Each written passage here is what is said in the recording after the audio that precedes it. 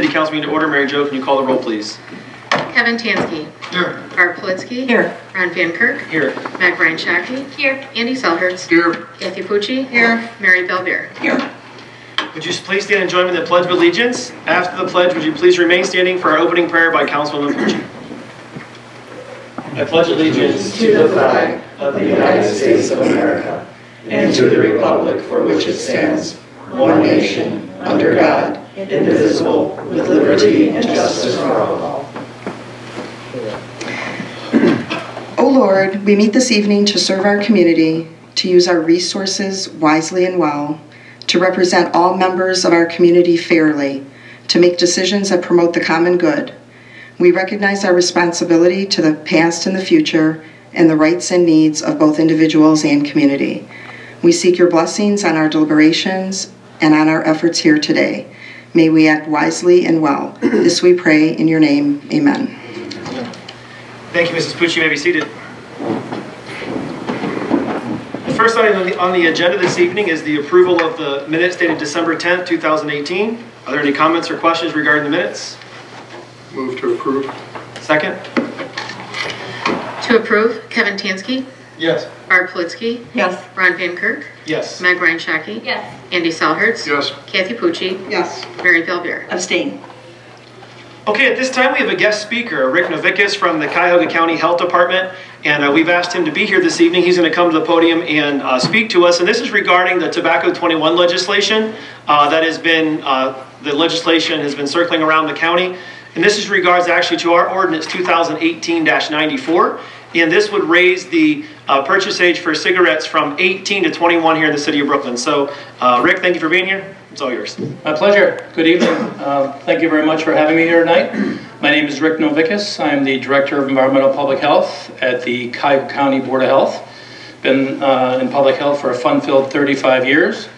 Still going strong, so sort of. But I'm here representing the Board of Health, my Health Commissioner Terry Allen, and the members of our board. And I'm here to again commend and thank the City of Brooklyn for looking at moving forward with Tobacco 21 legislation that proposes to move the age of purchasing tobacco and tobacco products from 18 to 21.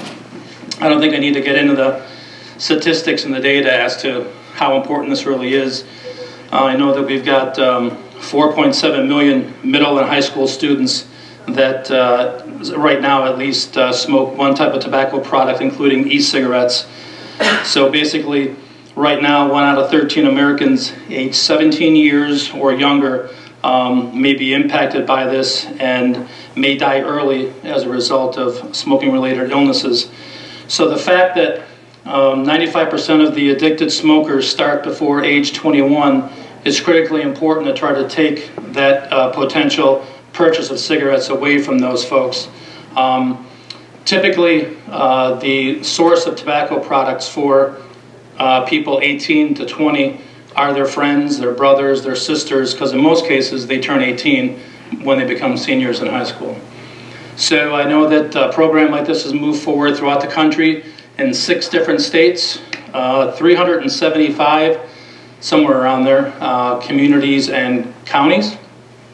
Here in Ohio, I think there are 17 communities or counties that have implemented Tobacco 21 legislation already that covers about 18% of the state's population, including Columbus, Franklin County, Cincinnati, and Cleveland. They are all at different levels of implementation.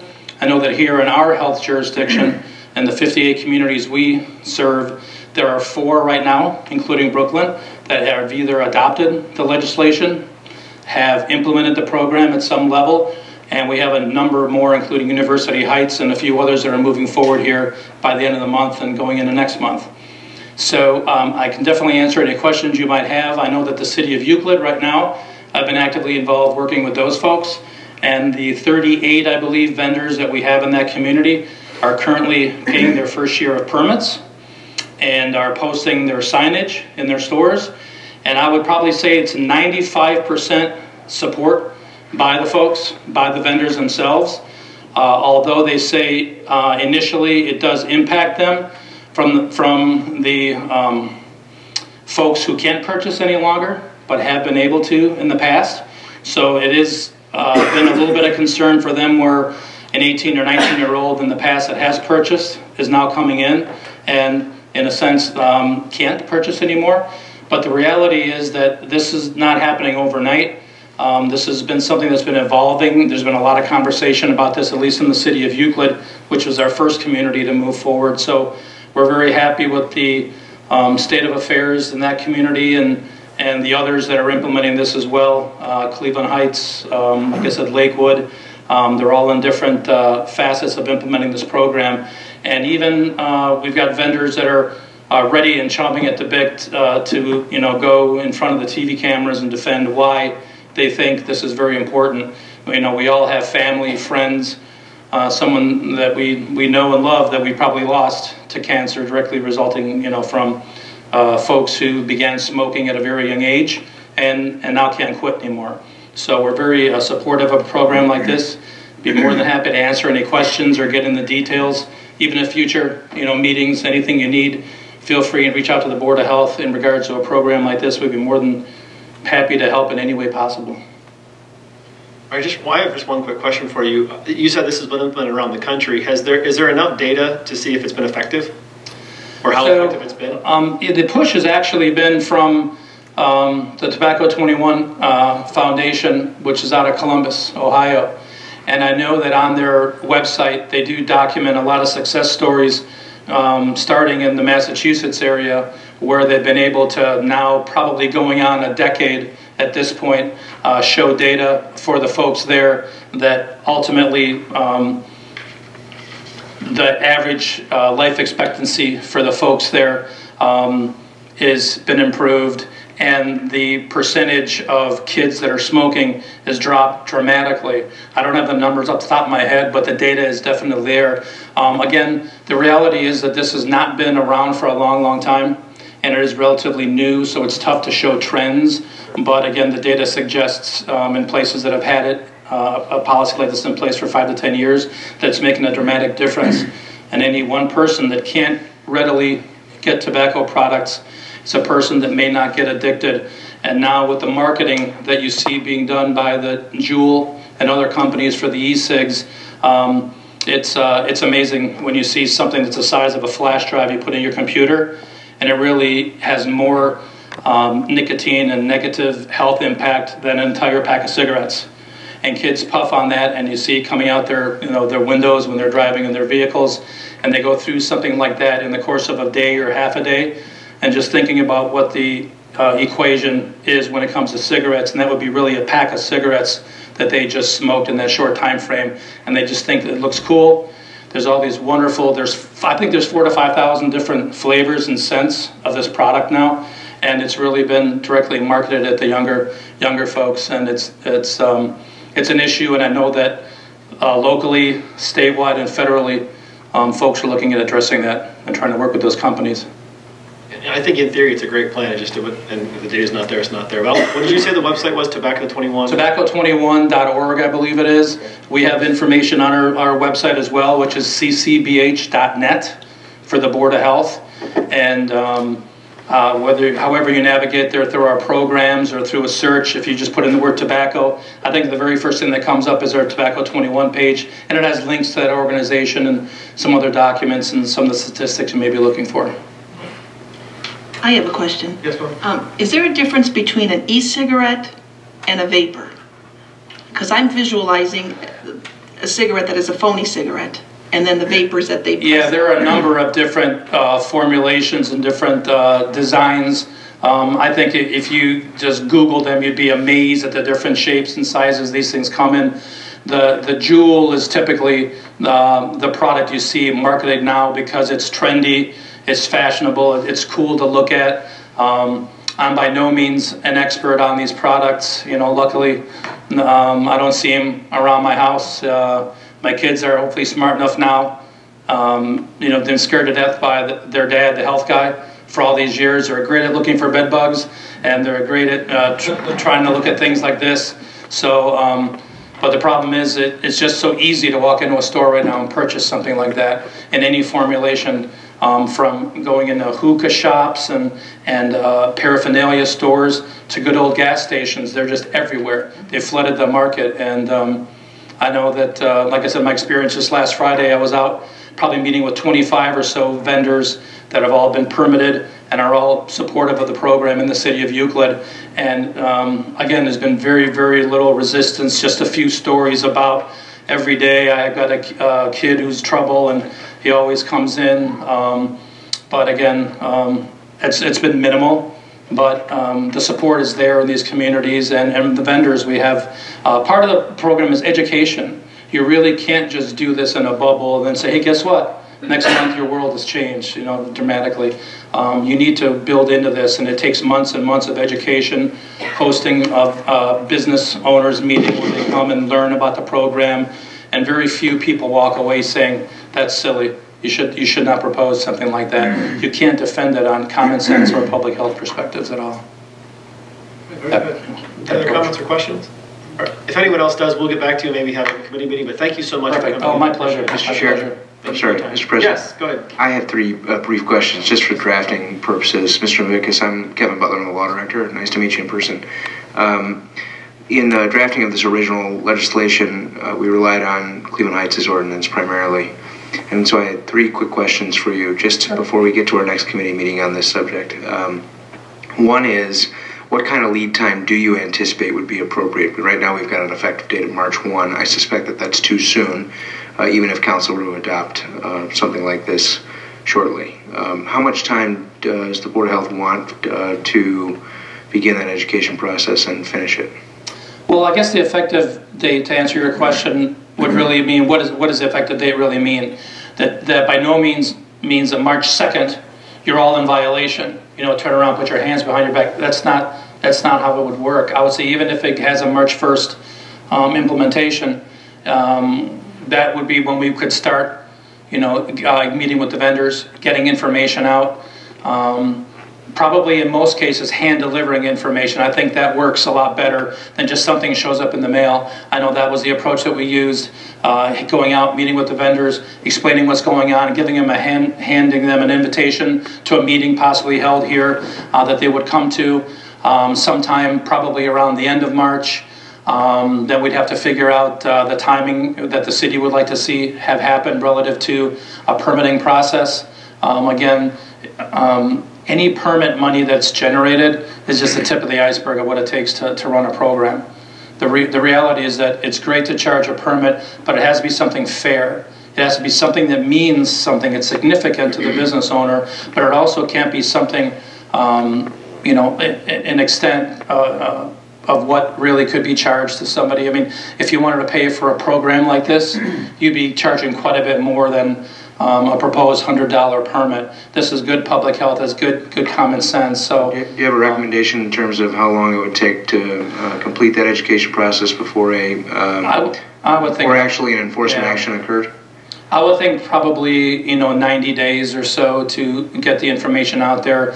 It probably wouldn't be as a result of the administrative process. It would be more about make sure that you're reaching out to all the folks and having them be able to comment and ask the questions like you are, so they're comfortable moving forward, so they can't look at you as like, what are you talking about? What ordinance? And luckily, investing the time the first time with these folks and establishing that one-to-one working relationship is always what we want to promote. So I would think by summertime you'd probably be able to move forward with some type of permitting process if you chose to. And those are the things that we could work through. The idea is just to get this philosophy, this thought process in people's heads as soon as possible, and know that the community and the Board of Health, whoever will be working with them, and not beating them over the head, but just answering their questions and explaining the process to them. Thank you. Yeah, the second question briefly is whether or not the Board of Health takes a recommendation on whether to maintain criminal codes with respect to the sale and possession of tobacco products to and by minors.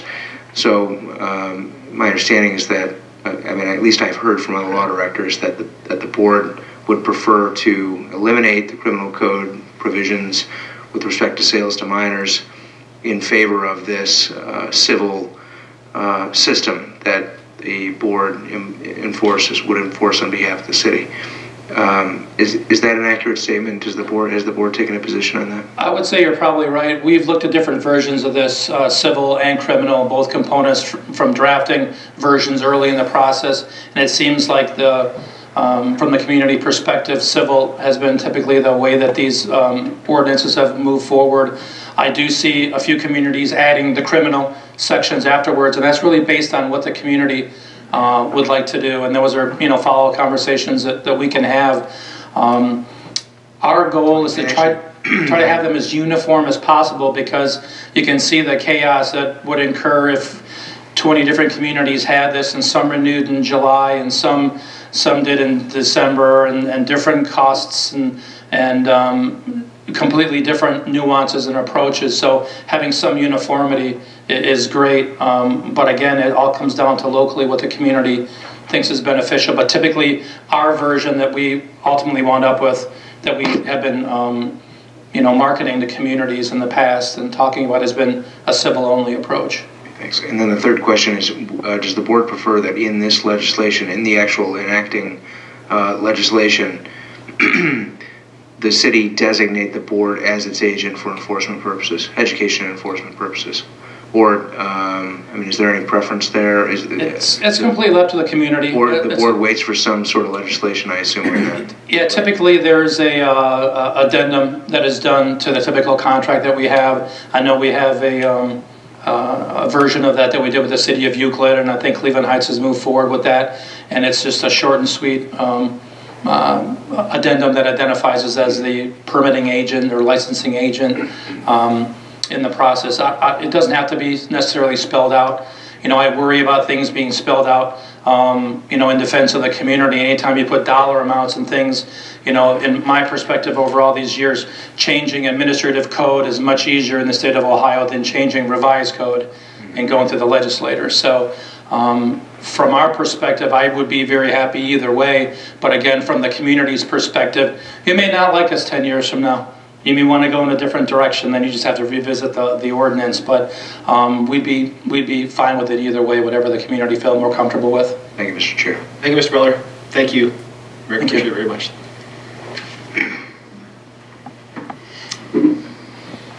All right, we'll now move on with our meeting. I want to wish everyone a happy new year. This past Monday, January the 7th, Council held an organizational meeting for 2019. At this meeting, the following positions were elected and filled. I was honored to be re-elected as council president for 2019, so I want to thank my fellow councilman for that. Andy Selhertz was elected as the president pro tem. Our rec board representative this year will be Kevin Tansky. The Domestic Abuse Commission representative will be Meg Ryan Shockey. I'll be the rep for the Planning Commission, and Andy Selhertz will be the Economic Development Committee rep. For the three standing committees, Finance Committee, on that committee will be Barb Politsky, Kathy Pucci, and myself. The Public Works Committee will be Andy Selhertz, Kathy Pucci, and Kevin Tansky. On the Public Safety and Environmental Committee, that will be Mary Balbier, Barb Politsky, and myself. For the Volunteer Fire Dependents Board, that is Mary Balbier and Kathy Pucci. The Fair Housing Rep is Meg Ryan Shockey. For Legislative Update, that is Mary Balbier. The Sustainability Committee is Kevin Tansky, and our School Board Liaison this year will be Meg Ryan Shockey. Also at that meeting, there was discussion on any rules changes for 2019. At the next council meeting, there will be an ordinance that proposes those rules changes, and they'll be further discussed at that time. At this time, we'll have the public session. If anyone in the audience has anything to say for the good and well for the city of Brooklyn, please step forward, state your name and address, and you'll be recognized. Please remember to keep your comments to 5 minutes or fewer.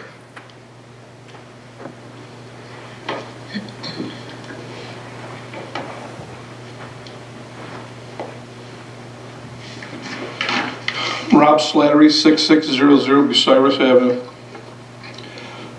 I came here tonight, I came to the last meeting, and someone got up and started making comments, started, in my eyes, putting the efforts of the Brooklyn Acres down, what we were trying to do, helping people. I'd like to point a few things out, what the Brooklyn Acres does. Number one, we provide safe, clean, affordable housing. We conduct criminal background checks, credit checks, and then we conduct an interview on potential residents. That all goes on before they even get on a waiting list for housing. Then once they get in, they're on a 1-year probation. I think that makes us stick out compared to a lot of the other housing providers in this community. I guarantee if Chief Milkey was here, he'd agree that these efforts have helped kind of decrease issues up in our area compared to the other houses, the Westbrooks and all the apartments off Ridge Road. Okay, Brooklyn Acres has been one of the most consistent organizations in the city for decades. We've paid more than $1.4 million in property tax over the years in Brooklyn. There are things that we don't get that the city gets, the rest of the residents get. Leaf pickup. We were told that the trucks were too big to come up on our streets, so we went about and bought our own leaf vac. Those are some of the things that I think make us stick out compared to other places. Now, there were statements made by a person who works for the city, but they claimed that they were a private resident up here. She even said that I'm a private citizen. She stated she's in fear of people from our organization from bullying or threats.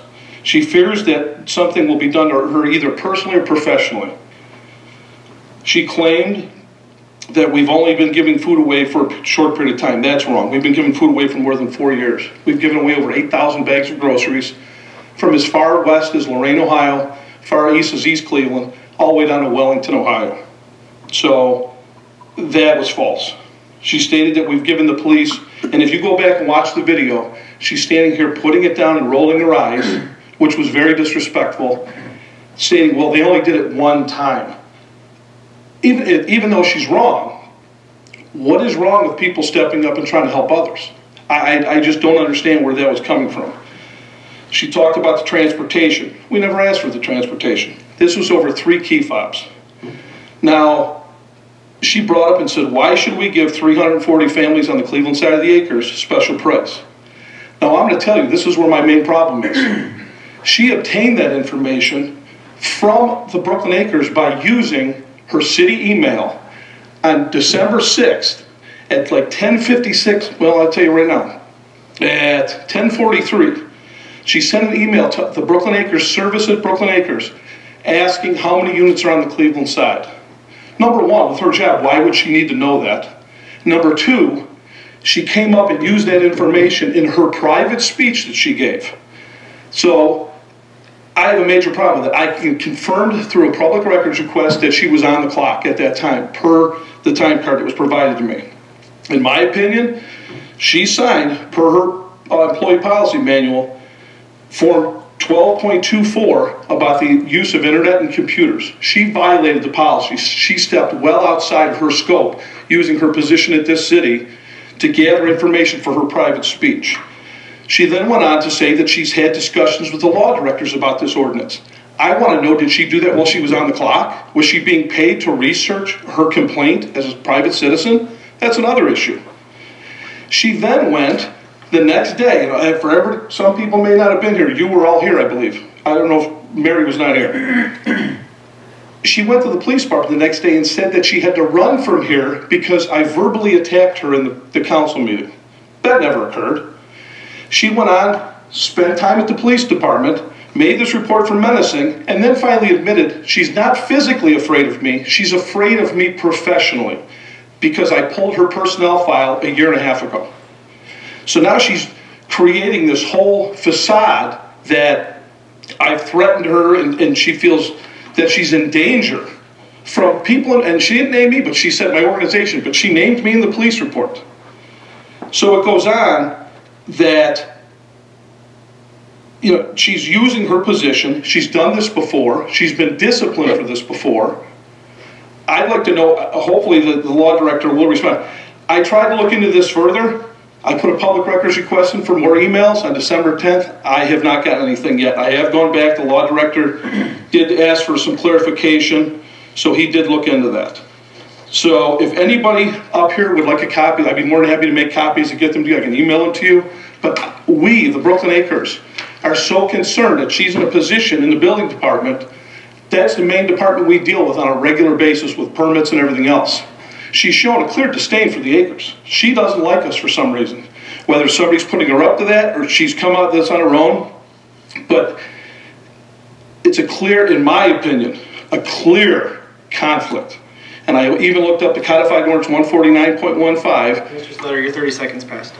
Okay, well, at the last meeting, she went over 6 minutes, and you didn't say a word. So the city ordinance states, No member of council, or mayor, or public official, or public employee of the city, whether paid or unpaid, shall engage in any business or transaction or have a financial or personal interest, direct or indirect, which is incompatible with the proper discharge of their office or a public interest which would tend to impair his independent judgment.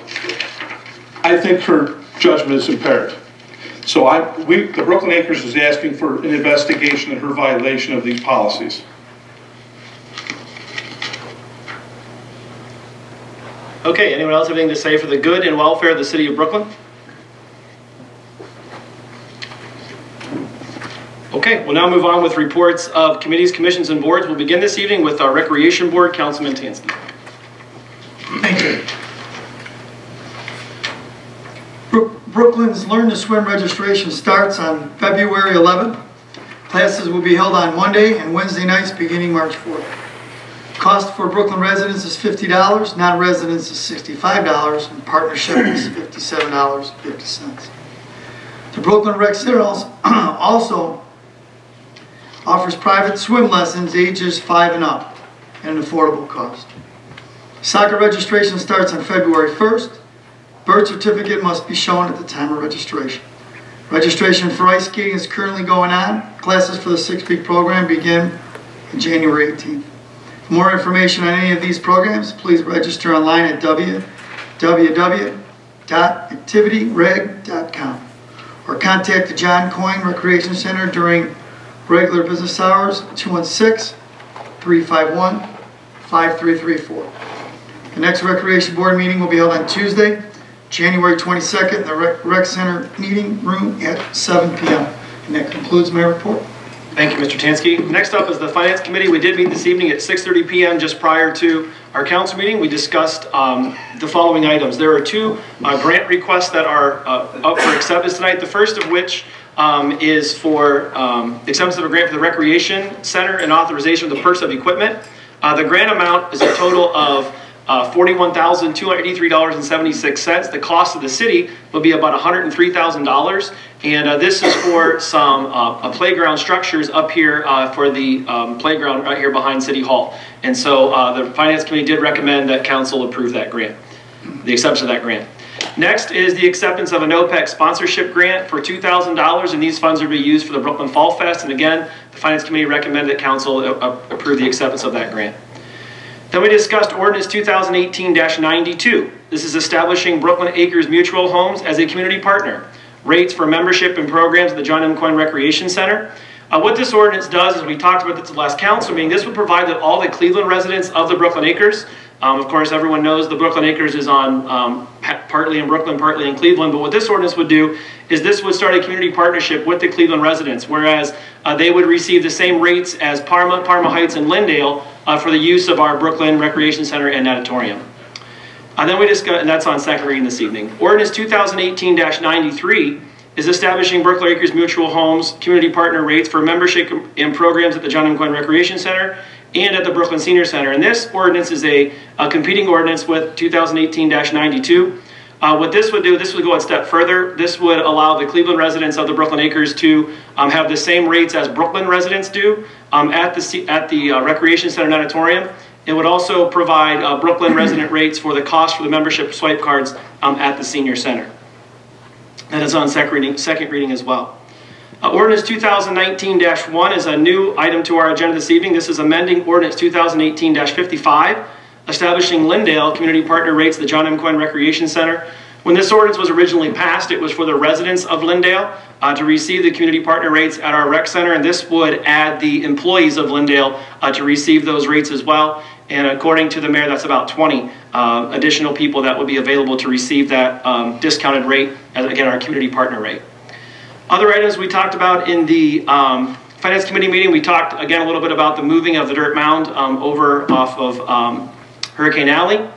Then the mayor informed us that Keystone will be closing its doors up here on Tiedemann Road. All 140 jobs they'll be laid off from that position. There is some good news, and I know Kathy, you'll talk about this, the CIC. There's another company that has purchased some property next to there, and hopefully we'll see some new businesses moving in there very quickly. And then, unfortunately, we got the word, and this really didn't really come as a surprise to me. We talked about this a couple years ago when we were discussing issue 3, and that was that Victory Capital is moving out of Brooklyn. They are moving their headquarters to San Antonio, Texas. We were fearful when we were talking about this that this tenant would leave. They were looking for Class A office space, and Brooklyn does not have that available. And so the mayor informed us that she's been trying to meet with them for the past 6 months, and they have not been available, and we found out why, because unfortunately they are leaving the city of Brooklyn. Again, it doesn't come as a surprise to me. We kind of saw this coming without us having that Class A office space, but it is a loss for our city, and so they will be moving their headquarters to San Antonio. And that is it for the Finance Committee. At this time, we'll move on to our school board report from our school board liaison, Councilwoman Ryan Shockey. Okay, bear with me because Barb had gone to this meeting and gave me her notes. But so the report from the athletic director, Mr. Verba. The Brooklyn football team received a grant of 100 football helmets. They were presented to the team at the Brown Stadium. A basketball shooting machine was purchased with donations from the athletic boosters and employees of the athletic department and members of the teams. It will help to develop team shooting skills. The boys soccer team had a GPA of 3.617. The girls volleyball team came in second place, and Jane Wool made 1,000 kills.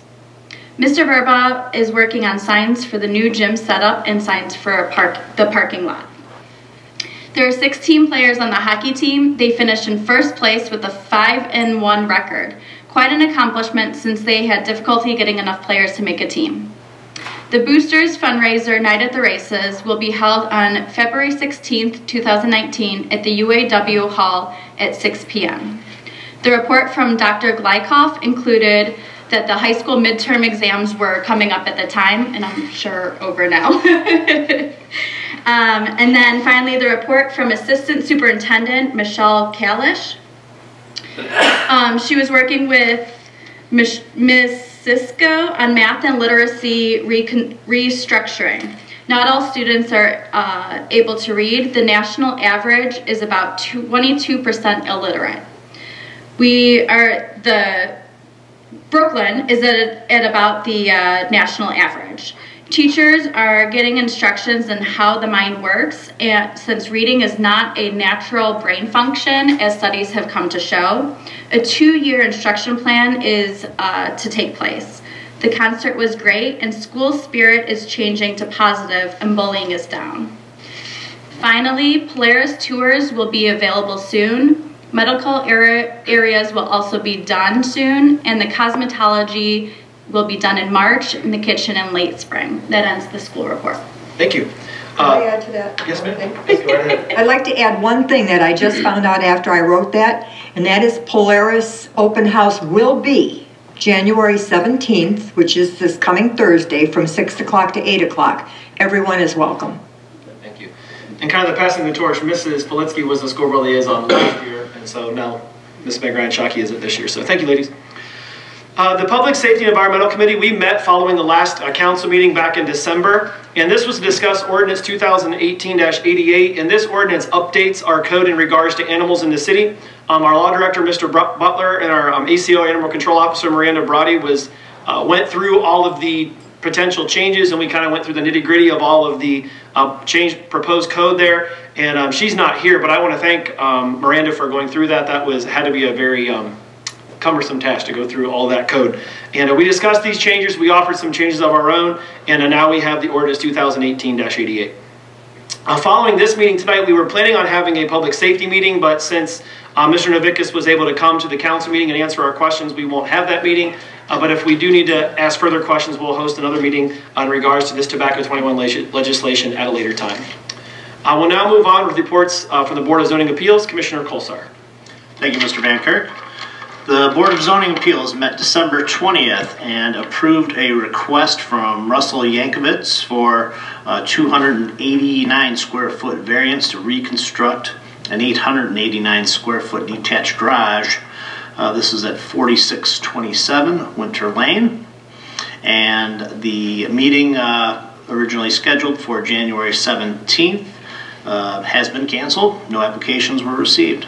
That completes my report. Thank you. Thank you, Mr. Kolsar. Next up is Economic Development. Councilman Selhertz. Thank you.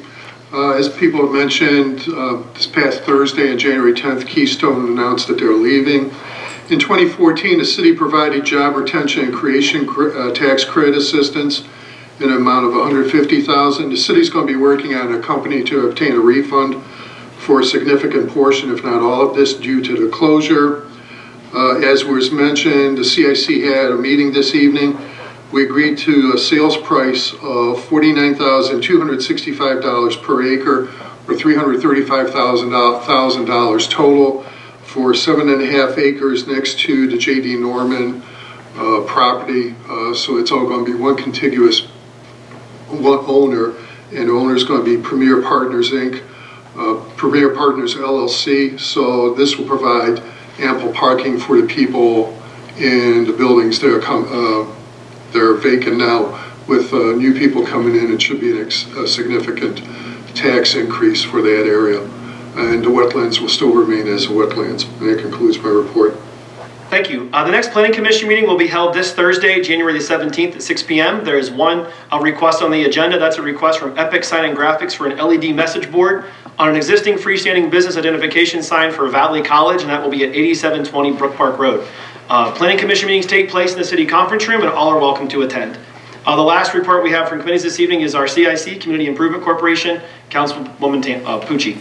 Thank you. Mr. Salters gave kind of a summary of what happened. I guess I would just add to that the two parcels that are owned by the CIC those were the areas where we were hopeful that an IKEA would be able to use some of our land along with the Plain Dealer land, and it is a wetlands. The only part that has any sort of development on it right now is a parking lot in the back corner, which has been used by Keystone. And there's a parking problem over at Keystone, and in order to attract businesses with employees, the developer needs parking, and they don't want to continue on counting on a lease from the city, which is what we've been doing all along. So the developer did make an offer. We thought it was too low. We had the property appraised, and then they did agree to our purchase price of $335,000. And I believe that completes my report. Thank you. Thank you, Mrs. Pucci. We'll now move on with reports of council. We'll begin this evening with Mr. Tansky. Thank you, Mr. Hank. Good evening and welcome back. I hope everyone enjoyed the holidays with their families and friends. I would like to welcome Ron Van Kirk as council president and all the city council members to their respective committees. I would like to offer my sincere condolences to one of our longtime Brooklyn residents, Connie Trular, on the passing of her husband, Ray. He was a good friend of mine for many years, and he will be dearly missed. And that concludes my report. Thanks, Mr. Tansky. Next up, Mrs. Politsky. Thank you, Mr. Van Kirk. Good evening. I hope everyone had a blessed and happy Christmas season. I wish you all a healthy and prosperous New Year. I'm looking forward to a productive New Year for our city. Until I got an email this morning, I didn't have much information to relate. The email came from the Center for Community Solutions and was 14 pages. I haven't had a chance to understand all of it, but this is an overview, and I will continue to look into the problem. Community-based organizations play a critical role in connecting low-income families to public benefits such as food, medical needs, and housing. Accessing these benefits often requires navigating complex rules and paperwork at county, job, and family services offices, leading families to turn to trusted intermediaries to help them. The purpose of this report from the Center for Community Solutions is to explore how recent changes in the Ohio Department of Jobs and Family Services have impacted community assisters and possible tools that the state of Ohio should develop to better support them in the future. Last year, I learned firsthand the time and frustration individuals go through to get assistance. I have been trying to get Medicaid assistance for a family member since September. After endless hours, 3 to 5 each time, sitting at Job and Family Services office, or waiting on the phone for hours and then waiting for a call back that never comes, I can understand why vulnerable people who have no family members to advocate for them need community assisters. I will contact our new state representatives to see if they are working on solutions. To those of us fortunate enough not to need public assistance, let's pray for those who do.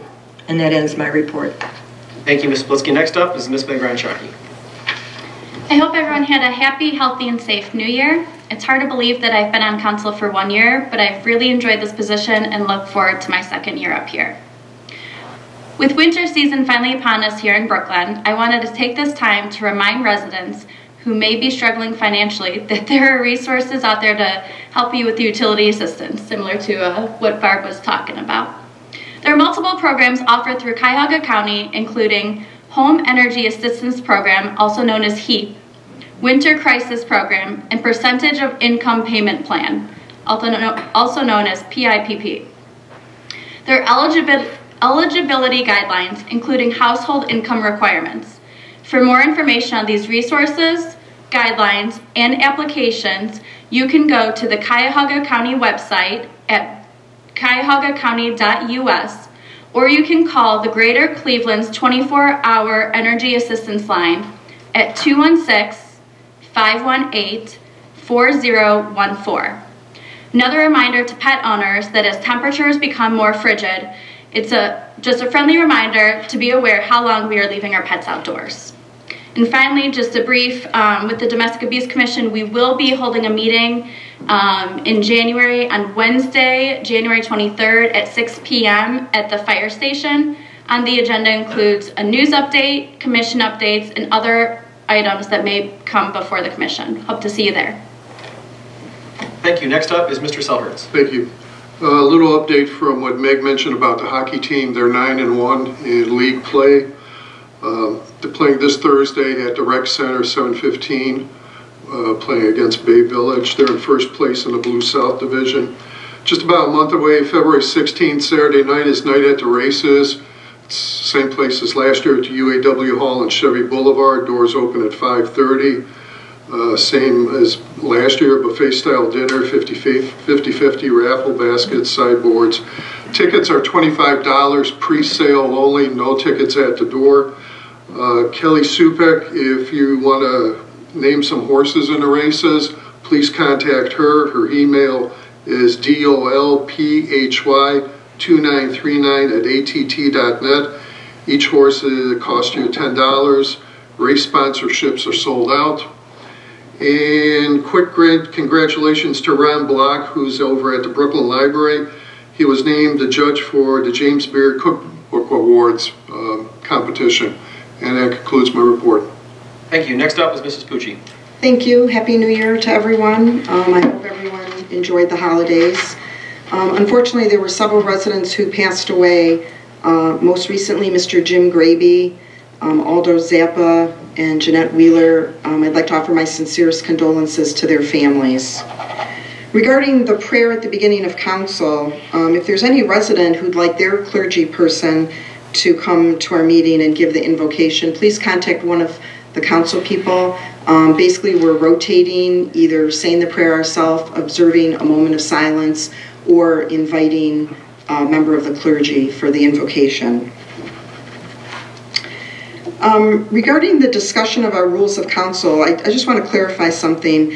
I had suggested a computer use, internet, and email policy for council. When we got our Chromebooks last year, we were asked to sign a policy that really doesn't apply to us because it's an administrative policy and we are not employees of the administration. So my thought was, if we're going to have a policy, it would be more appropriate that council has the policy. So I did ask Mr. Butler to draft something, and he did, and thank you, I appreciate that. Basically, it really doesn't matter to me if this passes or not.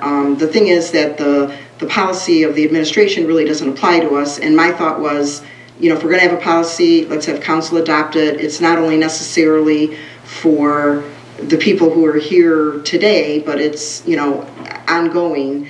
And my other thought was that we do ask our employees to sign internet, computer, and email usage policy. So why wouldn't we have ourselves adhere to those same protocols? I know that we received an email last night from Mr. Van Kirk saying that because it's not required, that he's not in support of it. I just wanted to clarify that was how it originated in my mind.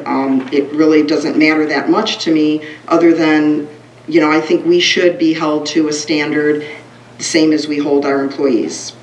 And it doesn't really have much to do with the Sunshine Law, other than the fact that it does state that our emails are part of the public records policy, or domain, I should say.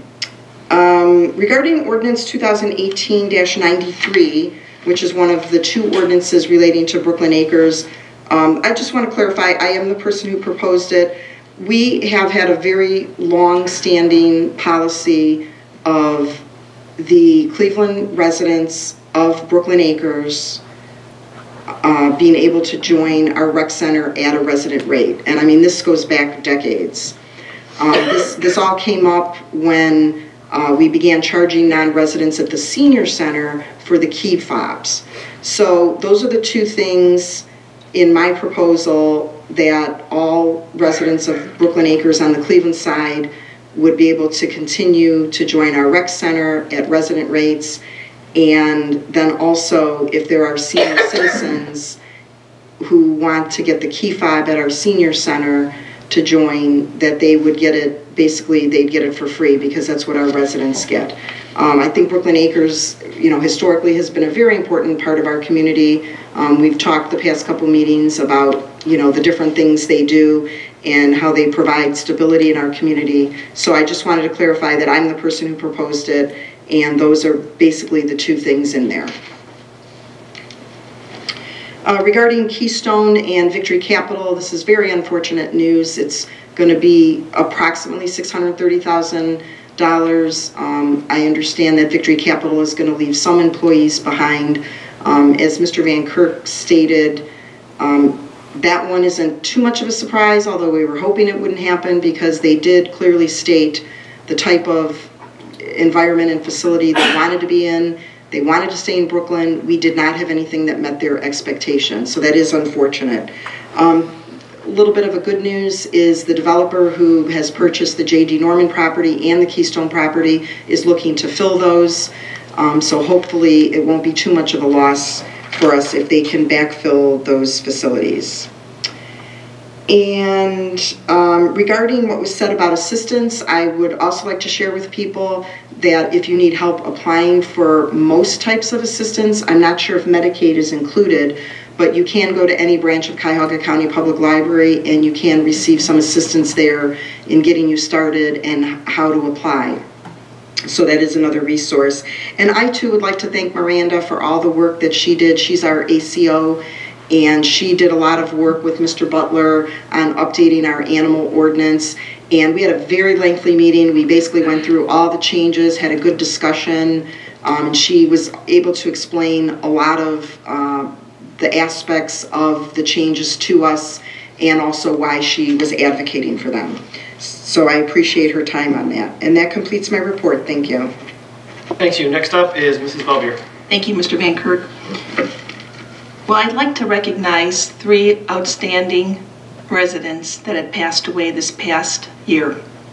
One is Mr. Jim Gravy, one is Antonio Musto, and lastly, Aldo Zappa. Mr. Gravy was a wonderful man who would often visit the senior center. Before I had to go back to work full-time, I was able to go there for lunch and enjoy his company and his wife's and chit-chat and go on some of the bus trips, the gambling bus trips. He was a World War II vet. He dearly loved his wife, and they were a lovely couple. He will be greatly missed by his friends with the bocce team there and all the seniors there. Secondly, I'd like to recognize Antonio Musto. You may know him by being Gracie Salvatore, who was a clerk in our mayor's court a few years back. That was her father. I met him a few times on the campaign trail. He had a wonderful personality, very happy, always positive, Actually, he was a master tailor and fixed some of my slacks occasionally, did a fabulous job, but he was just so talented. And I attended his funeral mass and a few other things that I learned about him, and I really appreciated his religious devotion. He would make many trips to Italy because he had a tremendous devotion to Padre Pio, as do I. And that was something wonderful to learn about him. And lastly, I'd like to recognize Mr. Aldo Zappa. What else can you say but Aldo's Restaurant? Thank God it's not a chain in Brooklyn. A little family restaurant, just a fabulous place to walk in, be greeted by an infectious smile, a wonderful man, a wonderful family. My sincerest condolences to his wife Denise, his son Mateo, his daughter Christina, and Ernestina. What a wonderful family. All three men I can categorize as being what you call, not very many people, we can say this about, salt of the earth. And Brooklyn was lucky to have all three of them. My sincerest condolence to all of them. Ordinance 2018-93, I would hope and encourage all of City Council to vote for this. Brooklyn Acres is a great little organization that they have. They help so many people. They don't advertise it, how much they help. But there's such a need out there, even within our own city, Brooklyn. But they help so many people, and they never say no. I could remember seeing what they did for their Christmas parties, how they decorate, how they invite. They don't ask questions. They just let you come in, enjoy, and help you as much as they can. And lastly, I would only hope that there are no employees using city computers for personal or pleasure activity. To me, that would be something that must be addressed by the administration. And that pretty much completes my report. Thank you. Thank you, Ms. Belvier. I've talked a lot tonight, so just want to address the thing with Victory Capital again. And it is very unfortunate they're leaving our city. I'm of the opinion this could have been avoided.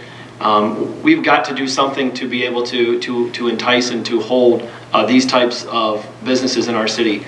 We are a great location here in the city of Brooklyn, which is part of the reason why they were so hesitant to leave when we're trying to stay, but we just don't have the Class A office space. And we've got to be able to come up with a plan that we're able to accomplish that. And all of us here on council, the administration's got to come up with some way that we can get this done. It's a shame that they're leaving, and to be honest with you, they didn't have to happen, and they're taking a lot of money with them. And unfortunately, as I mentioned and Mrs. Pucci mentioned, we saw this coming, and we could have done something about it, and unfortunately, that didn't happen. And so I would just hope that in the future, as we lay out plans, a vision for the future of the city, that it would involve some type of outside-the-box thinking that would enable us to keep wonderful companies like Victory Capital here in the city of Brooklyn. And they're going to be missed, Keystone will be missed as well. That's unfortunate that they're leaving as well. And but as Mr. Selhertz mentioned, it does look like that property will be filled. And so that's my 2 cents on Victory Capital. It's just very unfortunate. That's all I have tonight. Now we'll move on with the mayor's report.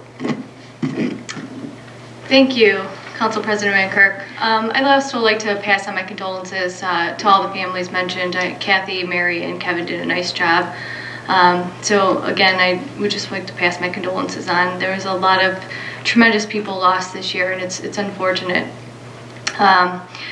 Moving on to the ACO, it was mentioned about Miranda working on the legislation. She's been a great addition to the city of Brooklyn, but as of this past Monday, she is now a joint employee. She was part-time here in the city of Brooklyn. She's now hired full-time in the city of Brooklyn, shared with cost of Parma Heights, and that began this past Monday. And so she's definitely busy here, and we're glad to have her on full-time. It was mentioned about the Hurricane Alley Mound. I know this has been brought up at several past meetings, so I just want to address it and discuss with City Council. In the finance session, Dr. Gladkopf is looking for the city to contribute about $3,000 to $4,000 in engineering costs. And they are looking, the school is looking for excavating this hill, keeping it there moving the dirt around, so it is level, and this is going to cost the school about $35,000. I've been tasked with getting a little bit more information before City Council makes a decision, so I will move on that tomorrow and pass on the information. I just wanted to discuss that since it's been brought up publicly several times now. As far as the street paving projects for this year, we've allocated $1.1 million in our budget. I just want to clarify, I spoke with City Council of Finance, kind of honing down where we are. Some of the projects came in a little bit over what we originally estimated, and we did not get a previous loan that we applied for through DOPWIC. So the final decision is Hurricane Alley improvements, West Bidoff Road repair and resurfacing, Clinton Road repair, Ansonia repair and resurfacing, and asphalt maintenance for several different streets, including Woburn, Hammond, Sunset Oval, Outlook Avenue, Springcrest, Dawncliffe, Memphis Villa, South Beach, Morton, Northcliffe, Idlewood, Outlook Drive, Bentonwood North and South, and Rodone South. So as we continue to maintain our streets going into the future for the reconstruction, we also want to make sure that we're putting maintenance into the streets that we've already put money into over the last several years, so they last longer. I have a Board of Control meeting with Director Verba tomorrow. Oh no, I'm sorry, Wednesday at 8:30 in my office. There are several items on the agenda since this is the opening of the year. We just opened the book, so a bulk of the purchases for the first quarter will be included. The list is very long, and you can find that information on the city's website. I want to remind everyone the offices are closed on Monday in observance for Martin Luther King, and trash will be 1 day late. It's been discussed a few times already, the exit of Keystone Tailored. It's unfortunate they're leaving. I was at a conference last Thursday, so I had to send my economic development director to the meeting, but he was, Ken Ragland, who owns the company, basically said that the potential rising tariff costs and resulting relocation of production to Canada and Chicago is necessary for them to reduce their production costs. So Brooklyn's not the only loser in this. There are several other cities, and the tariffs were cited as the main reason why they would no longer be able to keep this facility in Brooklyn. And unfortunately, we have done an investment that we will have to try to get that money back for. And I know that Senator Brown, Sherrod Brown, who helped bring in this business, is a big advocate to make sure that Brooklyn is paid back promptly. And he's been working with the city to make sure that that will happen. I do believe that there will be a silver lining to this. The developers that purchased the property about a month back already were going to lease back to Keystone before they announced that they were going to relocate and close down this facility. And so I believe that the payroll in this facility will definitely be higher than what we're receiving right now, and I believe that's the silver lining. So as one door closes, another opens, and that's how we have to look at it and kind of not dwell on all the bad stuff all the time. Another thing mentioned is Victory Capital. Again, I think a lot of people could see this coming in a lot of respects. I've sat down with the CEO several times, even 3 years ago when we were talking about the PUD and his need for Class A commercial space. He mentioned that they were looking elsewhere, and so we were trying to incentivize them to stay. It's a huge payroll loss for us, but again, this is space that hopefully KeyBank will be able to use as their leases come up in downtown Cleveland come 2020, or they'll be able to lease out to another business. So I do have a meeting lined up with KeyBank on some other options, and hopefully again, as one door closes, another one opens, and we can keep Brooklyn moving in the positive direction. And that's it. And that concludes my report. Thank you, Mayor. We'll now move on with director's reports. Just two this evening. The first is which from our Finance Director, Mr. Raguse.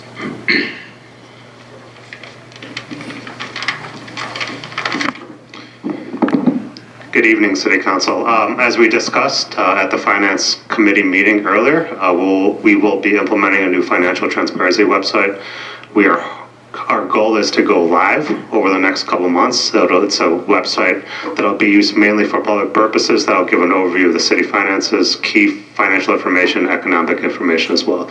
So as we go along, I will keep you updated as our progress. That's all I have tonight.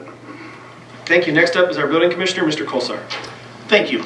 I just want to take this opportunity to pass along some of the stats from last year as we're working on our annual report for the building department. Our construction figures for 2018 were just slightly less than 2017, with project costs coming in at $26.8 million. In 17 we were at $28 million. And for comparison purposes, the 2 years prior in 16 and 15 were both under 10 million each. So trending is staying pretty pat. Residential projects total 2.4 million in project cost, and we had 1,290 property maintenance inspections. Our rental dwelling licenses are up to 407 properties, and this is increased from 349 in 2017. Our foreclosure filing notifications are down from 35 in 17 to 25 this past year. And vacant properties registered with us are down to 17 from 20. And then just wanted to let people know and remind them that the Nari Home Improvement Show is going on this weekend at the IX Center. Always a great opportunity to get out of the snow, look at what projects you want to be doing come spring. Thank you. Concludes my report. Thank you, Mr. Kolsar. That'll bring us to our legislation portion this evening, the first of which is an acceptance. The first thing we have to do is a confirmation of a reappointment to Commission of the Civil Service. And the mayor requests confirmation of the reappointment of Joe Magri to the Civil Service Commission for the term ending January 24th, 2025. Move to reappoint Joe Magri to the Civil Service Commission. Second. To confirm the appointment, Kevin Tansky. Yes. Barb Politzky. Yes. Ron Van Kirk. Yes. Meg Ryan Shaki. Yes. Andy Selhertz. Yes. Kathy Pucci. Yes. Mary Bellbeer. Most definitely yes. All right, the second is that the mayor requests confirmation of the appointment of Michael Ross to the Recreation Board to finish the unexpired term ending December 31st, 2020. Move to appoint Mr. Michael Ross to the Second. Recreation Board. To confirm the appointment, Kevin Tansky. Yes. Barb Politzky. Yes. Ron Van Kirk. Yes. Meg Ryan Shaki. Yes. Andy Selhertz. Yes. Kathy Pucci. Yes. Mary Bellbeer. Yes. All right, next is the first of two grants this evening, the first of which is the acceptance of a grant for the Recreation Center and authorization of purchase of equipment relating to the grant. Move to accept the grant and authorize the purchase for the playground in Memorial Park. Second. To accept the grant and approve purchase, Kevin Tansky. Yes. Barb Politzky. Yes. Ron Van Kirk. Yes. Meg Ryan Shaki. Yes. Andy Selhertz. Yes. Kathy Pucci. Yes. Mary Bellbeer. Yes. Next, the mayor requests acceptance of a NOPEC sponsorship for the city of Brooklyn that has been approved. The sponsorship grant of $2,000 is for the Brooklyn Fall Fest. Will be paid out no later than the end of the second quarter 2019. Move to accept the grant for the Fall Fest from NOPEC. Second. To accept the grant, Kevin Tansky. Yes. Barb Politzky. Yes. Ron Van Kirk. Yes. Meg Ryan Shaki. Yes. Andy Selhertz. Yes. Kathy Pucci. Yes. Mary Bellbeer. Yes. Our legislation this evening on second reading is Ordinance 2018-88, amending Chapter 505 of the Codified Ordinances of the City of Brooklyn and to update the code regarding animals. I don't think we amended it last time, so Right. let's amend it. All right, so there were some changes that were made, so we do need to, I will make a motion that we amend Ordinance Chapter 505 and put it on second reading. Second. To amend, Kevin Tansky. Yes. Barb Politzky. Yes. Ron Van Kirk. Yes. Meg Ryan Shaki. Yes. Andy Selhertz. Yes. Kathy Pucci. Yes. Mary Bellbeer. Yes.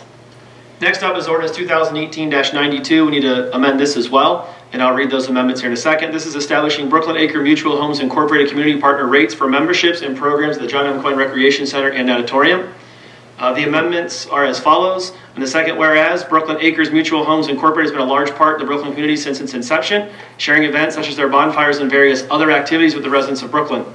Underneath Section 1, that in keeping with the City of Brooklyn's community partner practice, all Cleveland residents of Brooklyn Acres Mutual Homes Incorporated are invited to become Brooklyn Acre Mutual Homes Community Partner members, with all benefits and costs associated with it at existing Parma Heights, and Lindale Community Partner rates at the John M. Coyne Recreation Center and Auditorium.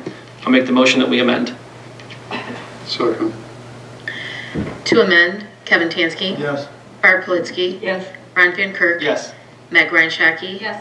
Andy Selhertz. Yes. Kathy Pucci. Yes. Mary Belvier. Yes. That is on second reading. Also on second reading this evening is Ordinance 2018-93, establishing Brooklyn Acre Mutual Homes Incorporated community partner rates for membership and programs at the John M. Coyne Recreation Center and Auditorium at the Brooklyn Senior Center. Next is Ordinance 2018-94, on second reading enacting Chapter 729, Tobacco Product Vendors, Sales to Persons under the age of 21 of the Codified Ordinance of the City of Brooklyn, and amending conflicting ordinances. And of course, this is the ordinance that Rick from the County Board of Health discussed at the beginning of this meeting. And that is on second reading. May I be recognized? Yes. I have a question for Mr. Butler. Do you recommend that we start looking at the public meetings now, or wait until we adopt the legislation?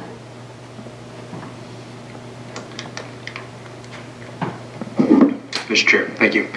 Councilwoman, I would always recommend, in lieu of beginning a public process with respect to legislation that hasn't yet passed, passing the legislation and fixing an effective date that's far out into the future, which you certainly have the discretion to do.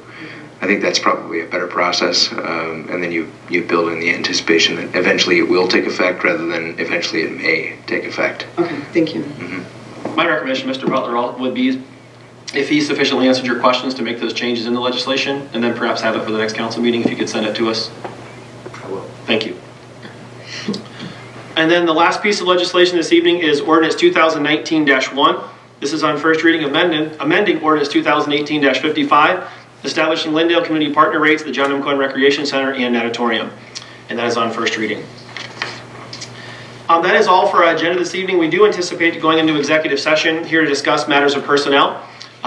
We will convene into executive session. Once we're finished here, we'll only come back and adjourn the meeting. There will be no further business taken or discussed. Anyone on council anything to say before? All right, I'll make the motion that council adjourn to executive session dealing with matters of personnel. Including that meeting will be council, the mayor, Mr. Verba, and Mr. Butler.